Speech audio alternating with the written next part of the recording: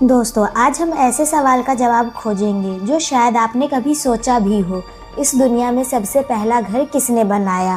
क्या इंसान ने या किसी ने उनसे पहले ही ये कला सीख ली थी? चलिए चलते हैं हजारों साल पहले, उस समय में जब इंसान जंगलों में रहते थे, जब घर नाम की कोई चीज़ नहीं थी। बहुत पुराने समय की बात है, जब इंसान पेड़ों के नीचे सोते थे, गुफाओं में छिपते थे और मौसम से बचने के लिए इधर उधर भागते रहते थे। बारिश आती तो भीग जाते, धूप होती तो जल जाते और ठंड में कांपते रहते। उन्हें समझ नहीं आता था कि हर जगह स्थिर होकर कैसे रहा जाए। एक छोटी सी चिड़िया ने बदल दी सोच। एक दिन एक इंसान जंगल में घूम रहा था, तभी उसकी नज़र एक पेड़ पर पड़ी। वहाँ एक छोटी सी चिड़िया अपने घोंसले में बैठी थी। घोंसला बहुत साधारण था, टहनियों, पत्तों और घास से बना हुआ, लेकिन वो सुरक्षित था, आरामदायक था और सबसे ज़रूरी स्थिर था।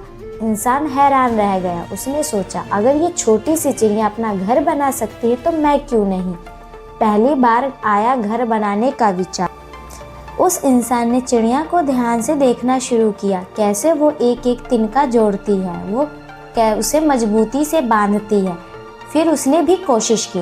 उसने पेड़ों की टहनियाँ इकट्ठा की, पत्तों से छत बनाई और एक छोटा सा झोपड़ तैयार किया।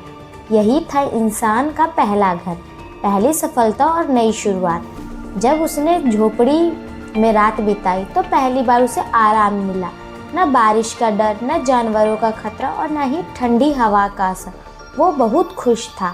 धीरे धीरे उसने अपने दोस्तों को भी ये तरीका सिखाया और देखते ही देखते जंगल में कई छोटे छोटे घर बन गए। गांव और शहर की शुरुआत।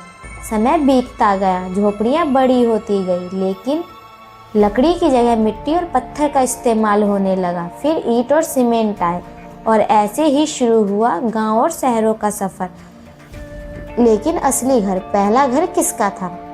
अगर सच में सोचे तो इंसान ने पहले भी कई जीव घर बना रहे थे। चिड़िया घोंसला बनाती थी, चींटियाँ अपने बिल बनाती थी, मधुमक्खियाँ छत्ता बनाती थी। मतलब इस दुनिया में सबसे पहला घर इंसान ने नहीं बल्कि जानवरों ने बनाया था। इस कहानी से हमें सीख मिलती है, इंसान ने प्रकृति से बहुत कुछ सीखा है।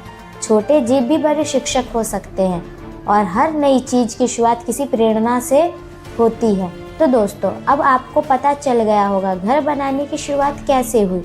अगर आपको यह कहानी पसंद आई हो तो लाइक, शेयर और सब्सक्राइब ज़रूर करें और कमेंट में बताइए आपका सपना वाला घर कैसा होगा। फिर मिलेंगे एक और मज़ेदार कहानी के साथ। तब तक के लिए धन्यवाद।